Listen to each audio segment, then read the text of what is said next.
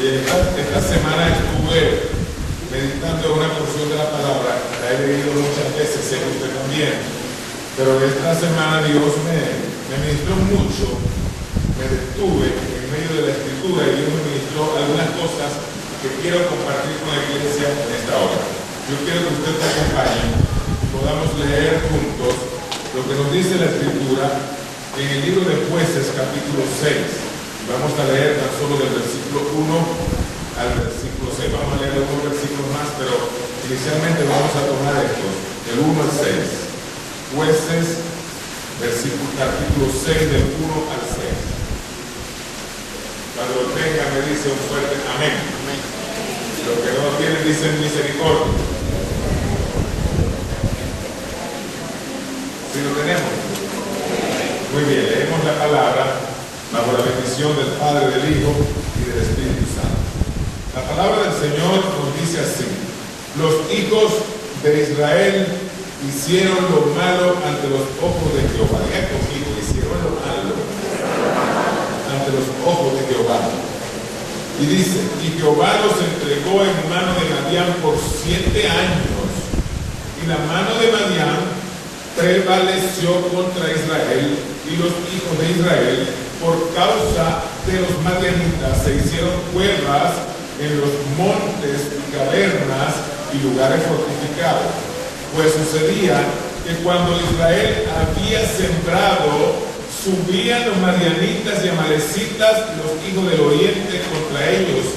Subían y los atacaban, y los atacaban. Y acampando contra ellos, destruían los frutos de la tierra hasta llegar a Gaza, y no dejaban de comer en Israel ni ovejas, ni bueyes, ni asnos, porque subían ellos y sus ganados, y venían con sus tiendas en grande multitud como langostas. Ellos y sus camellos eran innumerables, así venían a la tierra para devastarla. Diga conmigo, para devastarla. De este modo empobrecía Israel en gran manera por causa de Madián, y los hijos de Israel clamaron a Jehová. Padre, te damos muchas gracias en esta mañana por esta tu palabra. Bendice, ministra la iglesia, Señor, como tú sueles hacerlo siempre. Te pedimos, Dios, que el rema, Señor, que la palabra que tú has colocado hoy delante de nosotros, Señor, nos motive, nos ayude a conocerte más. Te damos muchísimas gracias, Señor, en el nombre de Jesús. Amén, amén y amén. Cuando nosotros leemos el libro de Jueces es uno de los libros históricos de la Biblia. Nosotros podemos darnos cuenta que cuando leemos este libro, Dios de manera ocasional levantó un liderazgo en medio de este pueblo para guardarlo y para protegerlo. Nosotros podemos darnos cuenta que levantó jueces como Otoniel, Ahor, podemos ver a Jefté, podemos ver a Samgar, podemos ver a Débora, podemos ver a Sansón. Son muchos los jueces, fueron en total 12 jueces que el Señor levantó en este tiempo. Fue precisamente después de la muerte de Josué, el líder que había sucedido a Moisés, y fue mucho antes del tiempo de la monarquía o el tiempo de los reyes. Aún todavía Israel no tenía rey, no había rey en Israel. Entonces podemos darnos cuenta que Dios permitió que se levantara un liderazgo en medio del pueblo. Pero si hay algo que me impactó mucho, hay algo que me capturó la atención cuando yo leí, cuando el capítulo 6, cuando yo leo el capítulo 6 se introduce diciendo que los hijos de Israel hicieron lo malo delante de los ojos de Dios. Y hacer lo malo siempre ha traído terribles consecuencias. Yo creo que todo el mundo debería saber que hacer lo malo trae serias consecuencias. Dígale a su vecino, mira, hacer lo malo no nos conviene, trae serias consecuencias. Y esto Israel debería conocerlo muy bien. Sin embargo, nosotros podemos darnos cuenta que la palabra del Señor dice que Dios los entregó en manos de Madián por 7 años. Hacer lo malo trae consecuencias, pero ¿cómo saber nosotros qué es lo malo? ¿Qué es lo malo y qué es lo bueno? La Biblia nos dice que nosotros, siendo malos, sabemos dar buenas cosas a nuestros hijos, pero también nos dice que solamente uno es bueno. Dios es bueno. Pero Dios es bueno. Y cuando yo conozco a Dios, cuando yo obedezco la palabra de Dios, lo bueno de Dios viene a mi vida. Entonces, nos conviene conocer a Dios, acercarnos a Él y obedecer su palabra para que lo bueno de Dios se traduzca en una realidad en mi vida. Solamente así podemos aprender, podemos conocer, podemos distinguir lo que es bueno y provechoso de Dios para mi vida. Ahora, Israel había conocido a Dios. Dios se había revelado a este pueblo de una manera ejemplar, de una manera extraordinaria, con milagros, con prodigios sorprendentes. Usted conoce la Biblia bastante acerca de este asunto, como Dios se manifestó en medio de este pueblo, haciendo cosas sorprendentes. Sin embargo, no solamente fue así, sino que Dios le entregó a Israel leyes y estatutos. ¿Para qué? Para que la obedecieran. Sin embargo, ellos se apartaron de Dios, desobedecieron a Dios, y dice la Escritura que hicieron lo malo delante de los ojos de Jehová. Y dice la palabra en el versículo 1 que Jehová los entregó en manos de Madián por 7 años. Diga conmigo, 7 años. Diga conmigo, 7 años. Cuando yo veo el número 7 en la Biblia, el número 7 tiene un significado muy particular. Habla del cumplimiento de la voluntad de Dios para nuestra vida. Es un ciclo divino, lo vemos repetirse en muchas ocasiones de muchos pasajes bíblicos. Lo vemos en la sanidad de aquel general del ejército de Siria, Naamán. Se tuvo que sumergir 7 veces en el Jordán para recibir la sanidad. Podemos ver 7 días tiene la semana. En 7 días Dios creó los cielos, la tierra y todo lo que en este mundo habita. Cuando Pedro hablaba con Jesús, refiriéndose al perdón, habló de cuántas veces debemos perdonar. 7. Tanto Pedro como el mismo Jesús utilizaron el número 7 para expresarse acerca del perdón. También podemos conocer en el libro de Apocalipsis número 7, 7 iglesias, 7 diademas que tiene el candelero. El número 7 se ve reflejado en muchas porciones de la palabra, de manera que nos lleva a entender que hay un ciclo divino donde Dios verdaderamente permite algunas cosas para el cumplimiento en nuestra vida. Entonces, cuando yo leo el versículo 1, dice que Jehová los entregó en manos de Madián por 7 años. Diga conmigo, Dios lo permitió. Diga conmigo, Dios lo permitió. No fue un asunto así que sucedió porque sucedió, sino que Dios lo permitió. Permitió que aconteciera este asunto en medio de este pueblo, porque el deseo del corazón de Dios era trabajar en este pueblo rebelde, desobediente. Dios quería trabajar en aquellas áreas donde ellos eran débiles. Dios quería llamar su atención, y creo poderosamente que de la misma manera como ocurrió con el pueblo de Israel, Dios lo sigue haciendo hoy. Yo quiero decirte, iglesia, Dios quiere llamar nuestra atención. Nosotros estamos viviendo en un tiempo donde nuestras sociedades se deslizan constantemente a favor del pecado, de la inmoralidad, de la injusticia, de la maldad, y eso trae serias consecuencias. Pero creo que de la misma manera como Dios actuó en ese tiempo con Israel, Dios lo está haciendo en este tiempo presente, porque Dios desea llamar nuestra atención Dios desea que nosotros pongamos nuestra mirada en Él y podamos obedecerle a Él. ¿Cuántos dicen amén en esta hora? Den un aplauso al Señor en esta hora.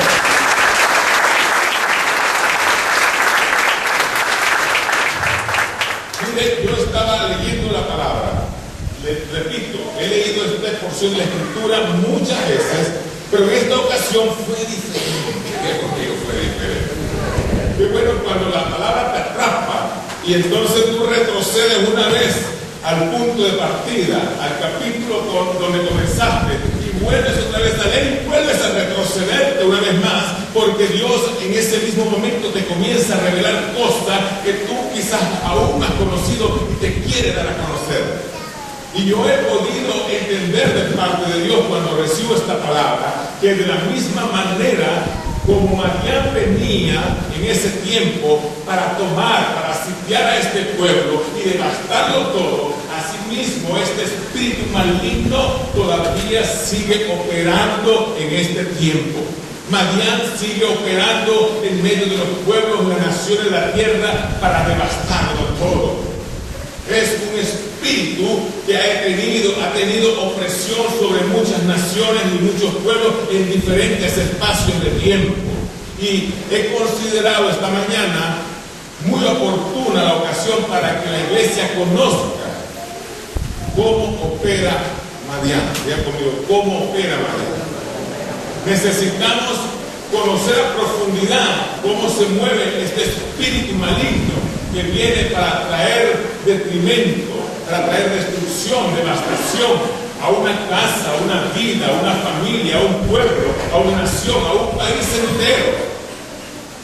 Así que pregúntele a su vecino, ¿cómo opera Madián?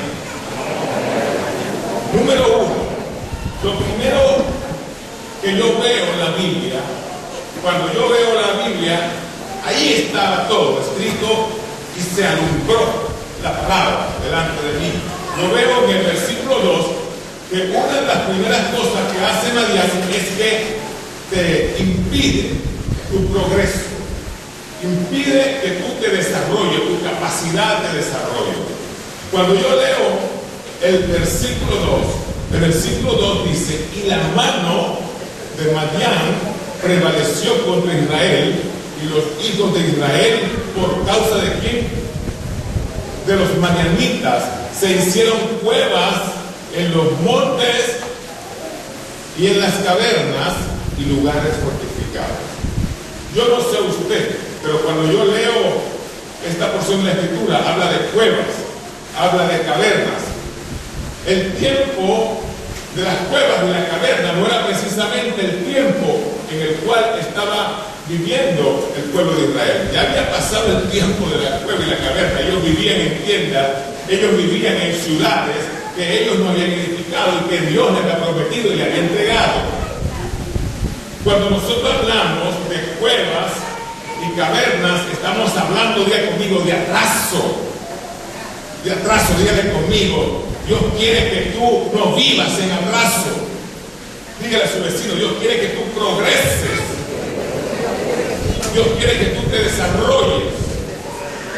Sin embargo, cuando este espíritu maligno se apodera de una vida, se apodera de una persona, impide que esa persona se desarrolle, que esa persona vaya por más, que crezca, que de alguna manera progrese.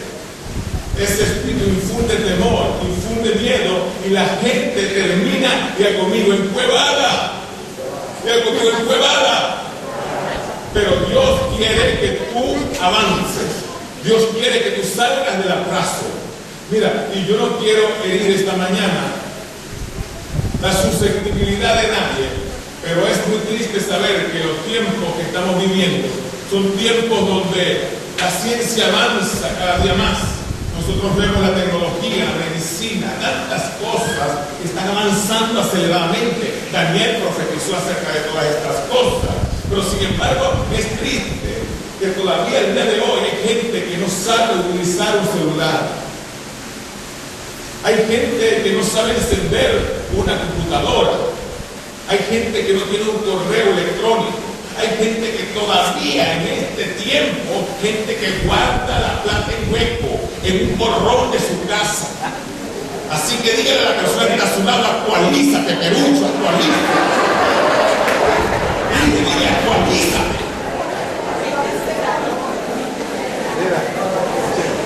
Aleluya. Yo creo que esta mañana Dios le está hablando a alguien. Dile que está a tu lado, sal del atraso, dile, sal del atraso. Sal del atraso. Dios quiere que tú progreses. Dios quiere que tú crezcas, que tú avances, que tú sigas hacia adelante, que te desarrolles. Dile que está a su lado, estremécalo. Jale una oreja. Haga algo con esta persona que está al lado. Sal del atraso, sal del atraso.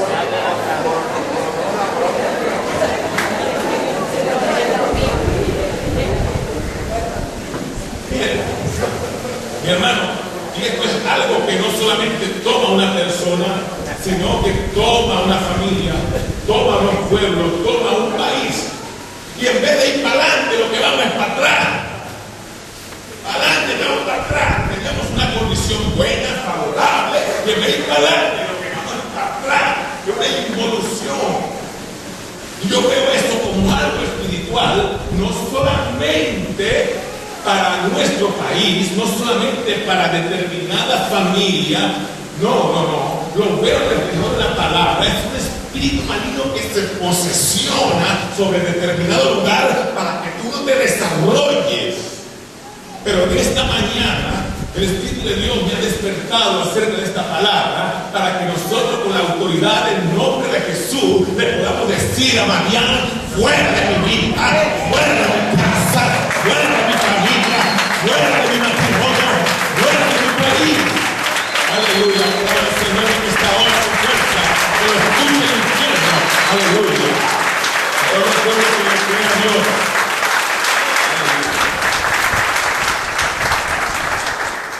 Otra de las cosas que hace Madián es que te roba la productividad.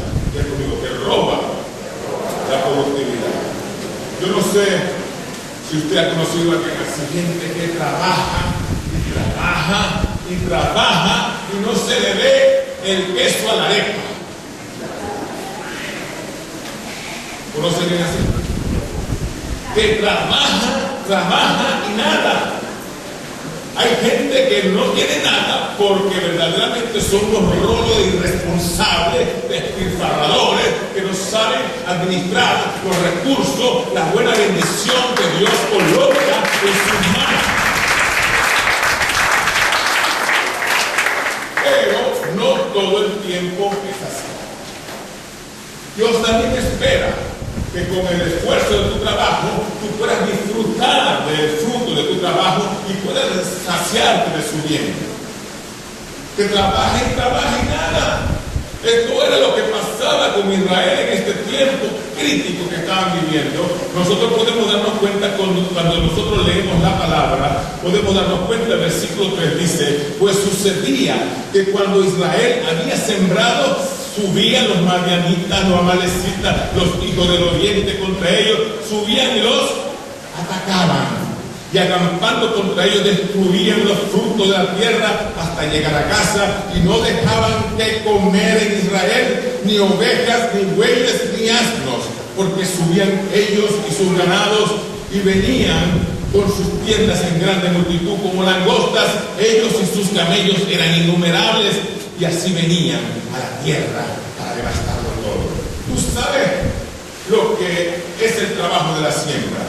Una persona que es agricultor tiene que hacer un trabajo afanoso en la tierra, colocar la semilla, esperar que esa semilla dé fruto al cabo de cierto tiempo y tiene en su corazón el deseo de poder tomar el fruto de esa semilla que sembró. Pero los madianitas, los amalecitas, los hijos del oriente estaban con unos largaditas viendo cuándo era el tiempo de la cosecha, y cuando apenas ellos venían con la cesta para recoger el fruto, ellos venían y lo devastaban todo, se lo llevaban todo.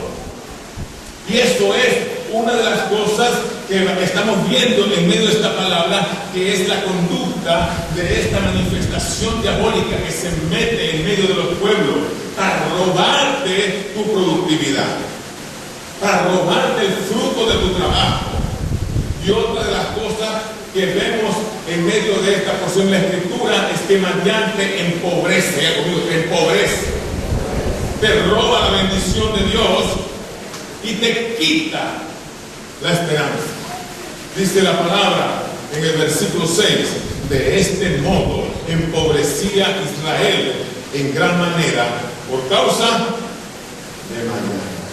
Pero si leemos la parte B del versículo 6, dice, y los hijos de Israel clamaron a Jehová. Me llama mucho la atención que esa coletilla del último versículo que leímos no aparece en ninguna otra porción de la palabra de manera anticipada, sino precisamente después que el pueblo empobrece. ¿Por qué necesitamos esperar llegar a la pobreza? ¿Por qué necesitamos llegar a una condición tan deplorable en nuestra vida para clamar a Dios?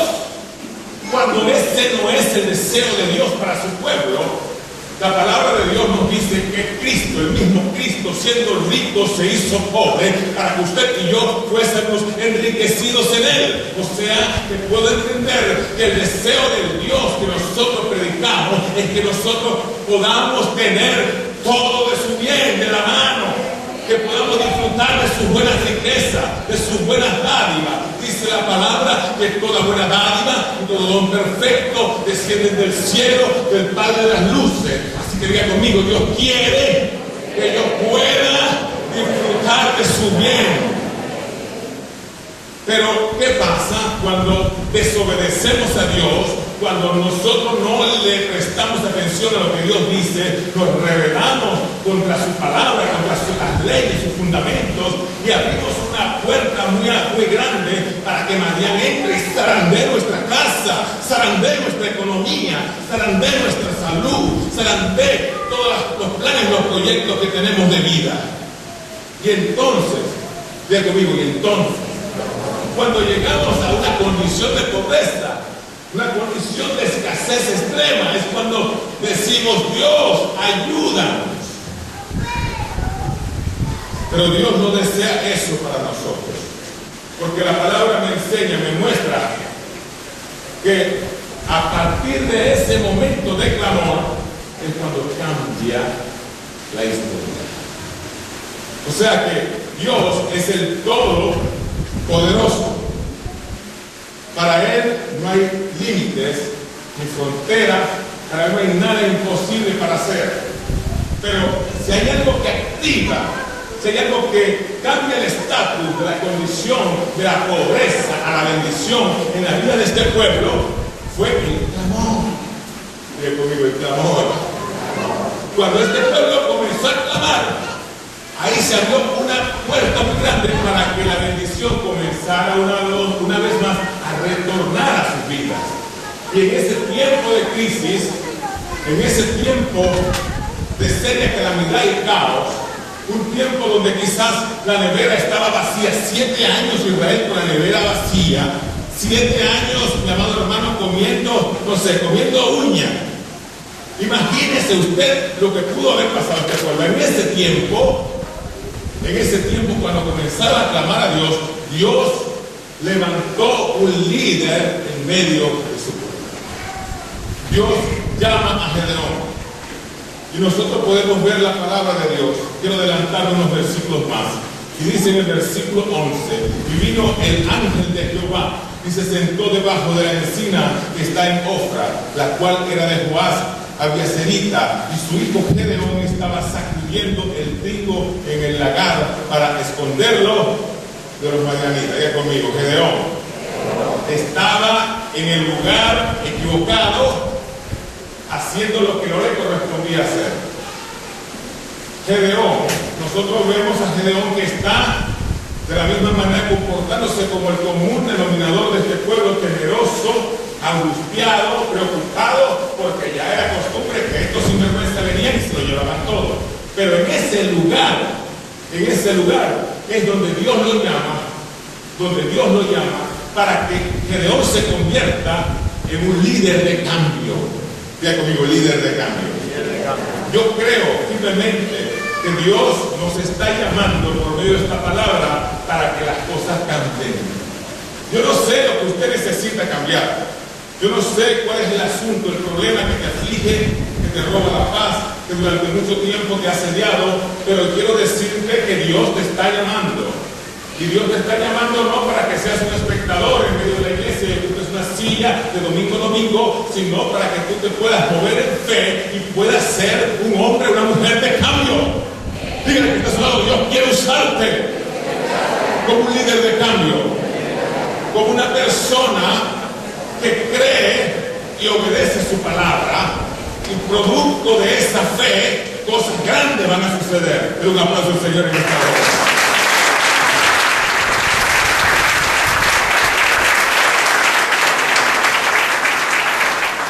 Ahora, cuando nosotros leemos el versículo 12, nosotros podemos darnos cuenta que dice: y el ángel de Jehová se le apareció y le dijo: Jehová está contigo, varón esforzado y valiente. Noten ustedes lo que dice el versículo. El versículo dice: Jehová está contigo. Esas son las palabras de salutación del ángel de Jehová. Jehová está contigo, varón esforzado y valiente. Pudo comenzar la salutación: varón esforzado y valiente, Dios está contigo.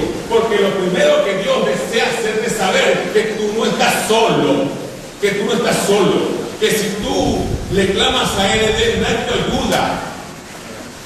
De que si tú clamas al Señor, Él vendrá en tu socorro, que tú no estás solo. Dile al vecino tuyo: tú no estás sola, mija, tú no estás solo, Jehová está contigo. Y sabes, yo conozco gente esforzada y valiente, gente trabajadora, gente responsable, pero muy pocas personas que tienen la compañía de Dios. Y aquí esto es determinante. Si tú quieres tener éxito en cualquier área de tu vida, tienes que ser esforzado, pero no puedes ser un flojazo que te levantas a las 11 de la mañana. Tienes que esforzarte, tienes que trabajar, tienes que prepararte, estudiar, tienes que ser valiente, valeroso para poder saltar cada uno de los obstáculos de la vida. Pero más importante que esto es que Dios, que Jehová, esté contigo.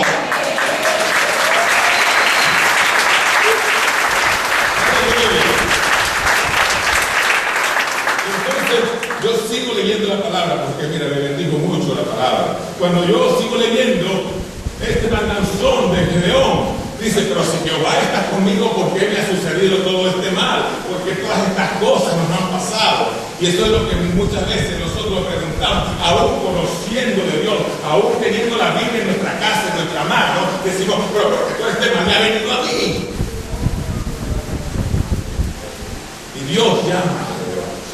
Dios lo llama para propiciar un cambio en medio de su pueblo. Y le dice: mira, Gedeón, ¿sabe cómo es el asunto? Yo te voy a usar, Gedeón, para traer libertad a mi pueblo. A causa de los madianitas, yo te voy a usar como una herramienta poderosa para cambiar la historia de este pueblo. Gedeón no está entendiendo la palabra que él recibe. Porque quizás el mismo Gedeón no se cree lo que está escuchando de parte del ángel.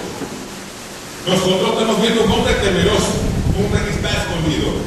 Pero dígale al que está a su lado: Dios te ve diferente. Dígale fuerte: Dios te ve diferente. Aunque no te lo creas tú mismo, Dios te ve diferente. Aunque la gente no te vea de esa manera, Dios te ve diferente. Quizá mucha gente te ve enfermo, pero Dios te ve sano. Quizá mucha gente te ve arruinado, pero Dios te ve próspero. Quizá mucha gente te ve endeudado, pero Dios te ve libre de la deuda. Dios te ve diferente. Diga que está a su lado: Dios te está viendo diferente. Y sabe perfectamente que partiendo de ti, puede hacer cosas grandes en tu vida, en tu casa, en tu familia. Atrapa esta palabra, dale un abrazo.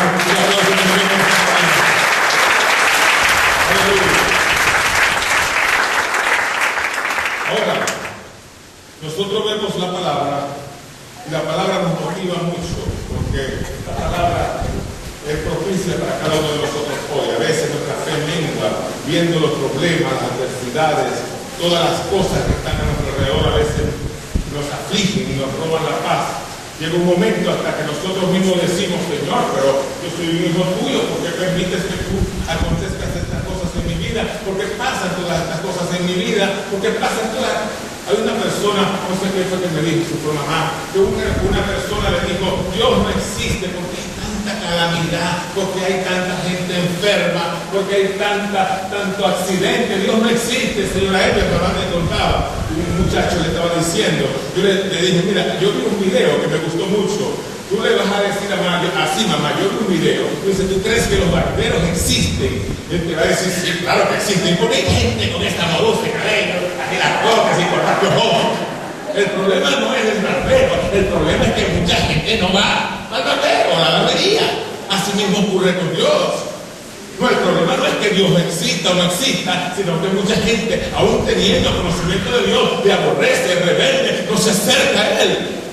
Pero cuando nosotros nos acercamos a Dios, cuando nosotros nos apropiamos de su palabra, esa palabra direcciona nuestra vida para un futuro mejor. ¿Cuántos dicen amén? Un aplauso al Señor en esta mañana.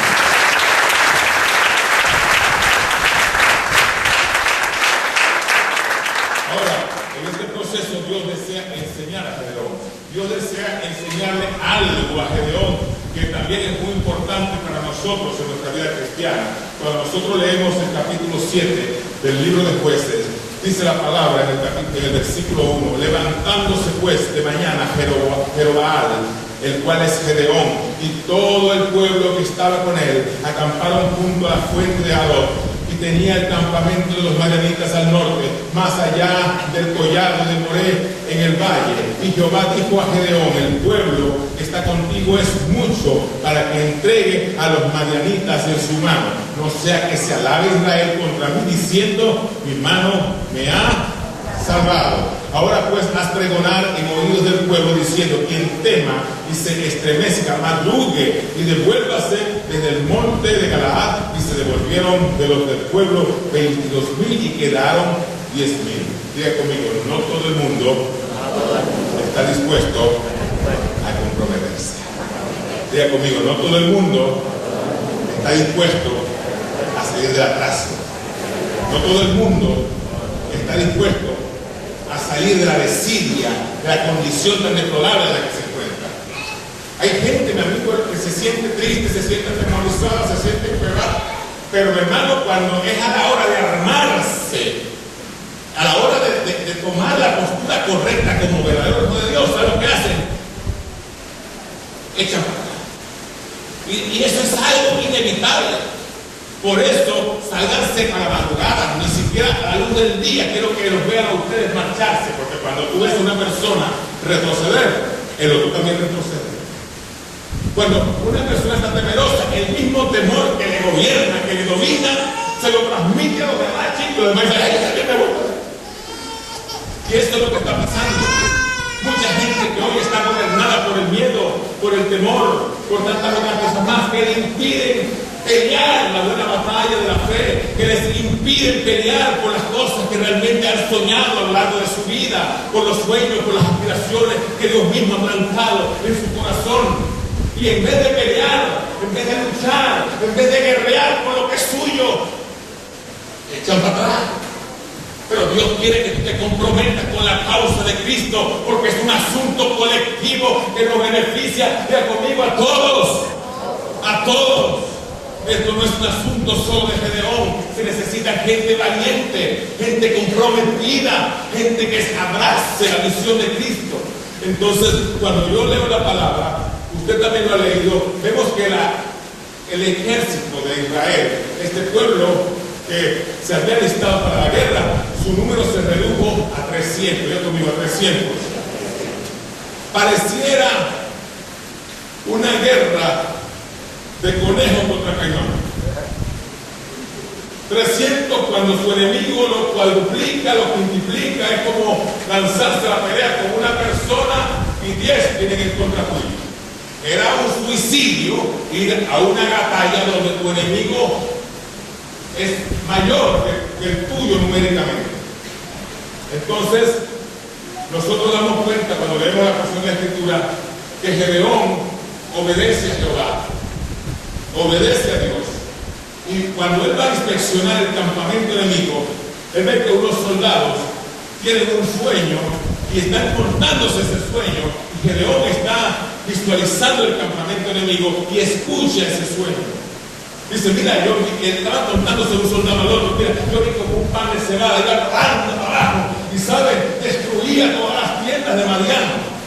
Pero cuando Gedeón escucha ese sueño que ellos habían tenido, él atrapa la revelación en el momento, porque él entiende que ese sueño que ellos habían tenido no era producto de una indigestión estomacal, no es que habían comido frijoles con paté cochino, no, sino que Dios se estaba revelando a su vida para decirle, yo te garantizo la victoria.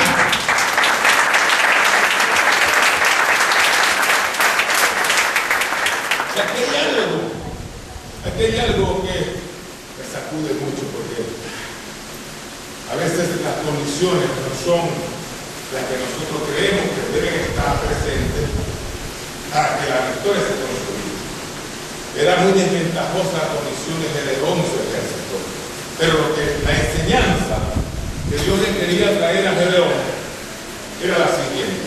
Mira, Gedeón, yo te quiero enseñar algo, y es que la victoria que yo te voy a entregar no depende de los recursos humanos. Ya conmigo, no depende de los recursos humanos, depende de Dios. A veces nosotros creemos que la pelea es peleando físicamente, pero la pelea no es dependiendo de nuestros recursos humanos, sino dependiendo totalmente de Dios. La pelea no es del más fuerte, la pelea no es del más rápido, la pelea no es del más sabio, no. La pelea la vamos a alcanzar cuando Dios esté con nosotros como el capitán de nuestro ejército al frente. Sean muchos, sean pocos. Tengo buenas noticias, ya ganamos porque Dios es nuestro capitán.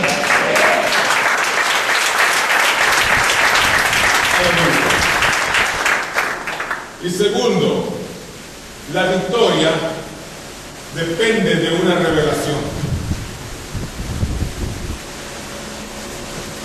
Qué bueno que ya la revelación de Dios está delante de ti. Toda la palabra de Dios le ha sido revelada a la iglesia para que la iglesia viva en victoria. O sea que nosotros no nos podemos mover hacia lo loco para ir a una guerra. Tenemos que esperar la dirección de arriba. Si nosotros tenemos un capitán y usted es un soldado de ese ejército, a usted no se le va a ocurrir agarrar y hacer cualquier cosa en medio de la batalla, sino que espera las órdenes. Las órdenes. Sería una locura. Sería una locura. Un suicidio en medio de la guerra, usted agarra la sombra y un faro aunque me agarre el viento. No. Necesita tener una dirección correcta. Y la palabra de Dios direcciona nuestra vida de manera que día tras día podamos vivir en victoria. Entonces, nosotros podemos darnos cuenta que Dios le había enseñado esto a Gedeón para que lo tuviera muy presente, y lo he tomado para mí. Diga, yo quiero tomar esto también para mí. Es una enseñanza muy especial, pero esta no era la estrategia. La estrategia no era esa. Cuando yo veo y leo, sigo leyendo la palabra, me doy cuenta que cuando Gedeón se entera de esta revelación, se escucha esta revelación, dice en el versículo 15 del capítulo 7, dice, cuando Gedeón oyó el relato del sueño y su interpretación, adoró, y vuelto al campamento de Israel dijo, levantaos, porque Jehová ha entregado el campamento de Madián en vuestras manos. Qué notición, llevaba bueno el tiempo en la mano. Mira, ¿sabe qué? En las páginas principales del tiempo dice, Israel gana la batalla. Aleluya.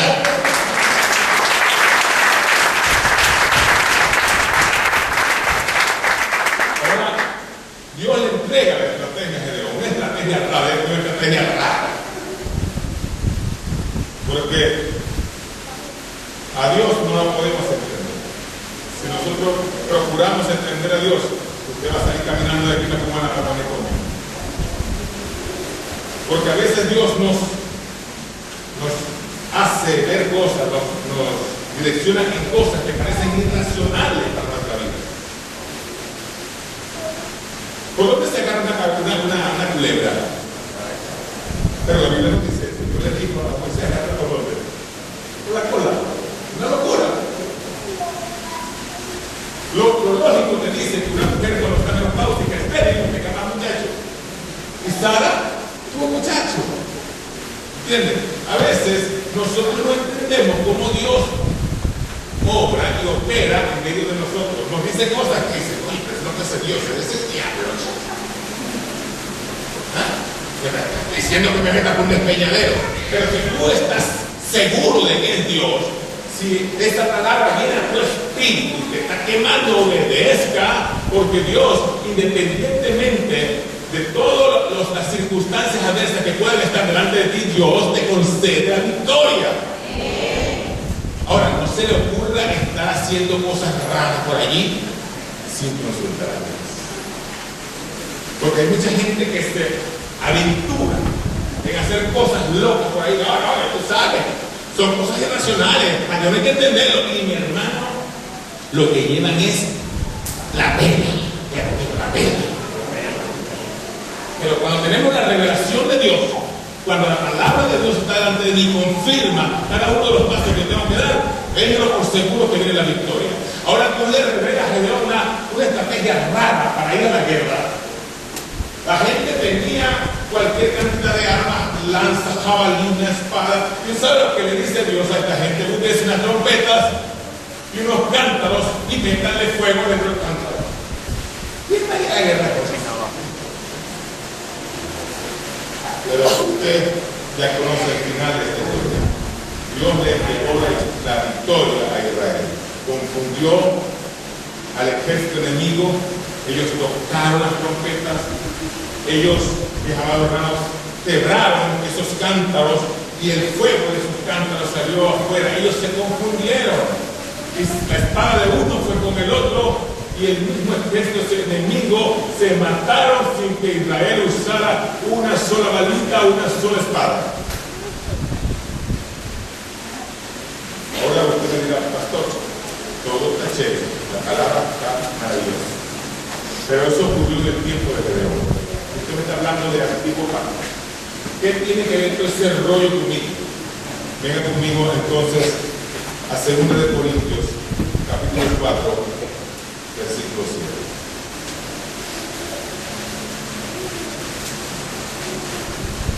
Yo creo que el apóstol Pablo lo tenía muy claro, muy presente.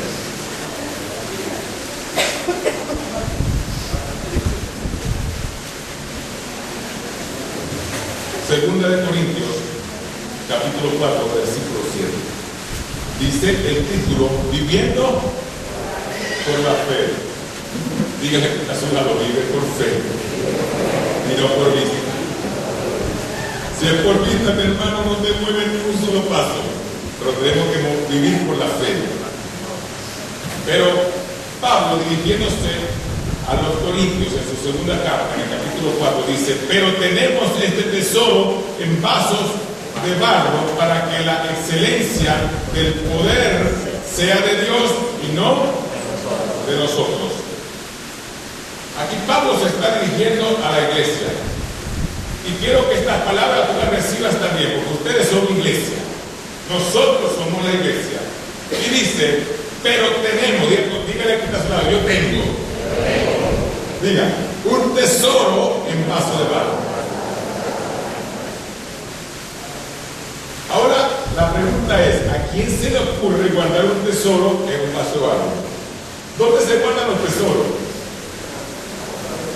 ¿En una bóveda?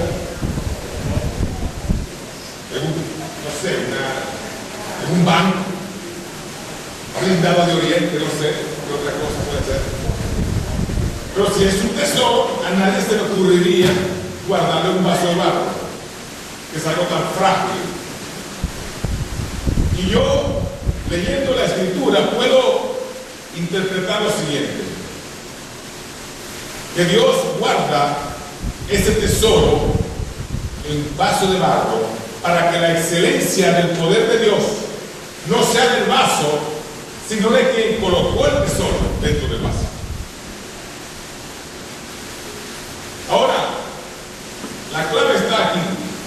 Continúa diciendo en el versículo 8 dice, que estamos atribulados en todo, mas no angustiados, en apuros, mas no desesperados, perseguidos, mas no desamparados, derribados, pero no destruidos. Yo creo que esta misma carta se la puso también a escribir Pablo también al pueblo de Israel cuando estaba asediado por María, pero ya era otro tiempo, porque estaban sufriendo las mismas situaciones, perseguidos, angustiados, estaban en las mismas condiciones, pero la estrategia es la misma. La estrategia es la misma. La palabra cántaro y vaso en el original es lo mismo. Y lo que te quiero decir esta mañana de parte del Señor es que Dios está buscando un vaso. Dios está buscando un cántaro para depositar en él fuego. Y ese fuego pueda salir dentro de ese vaso. Lo interesante de todo es que para que ese fuego se manifieste, tiene que romperse el vaso. Y muchas veces, situaciones de la vida nos llevan a tal punto donde ese vaso se quiebra. Si el vaso fuera de oro, si el vaso fuera de plata, podría resistirse. Pero cuando nosotros nos comparamos a nosotros mismos con lo que dice la Escritura, un vaso de barro, es porque nosotros somos vulnerables ante todas las situaciones de la vida, pero dentro de nosotros hay un poder que es mucho más excelente, que es mucho más valioso, que nos va a ayudar en medio de todas las situaciones. No sé si me está copiando lo que estoy diciendo. Dios ha depositado algo mucho más excelente y poderoso dentro de ti, mucho más valioso que el vaso, y es su misma presencia.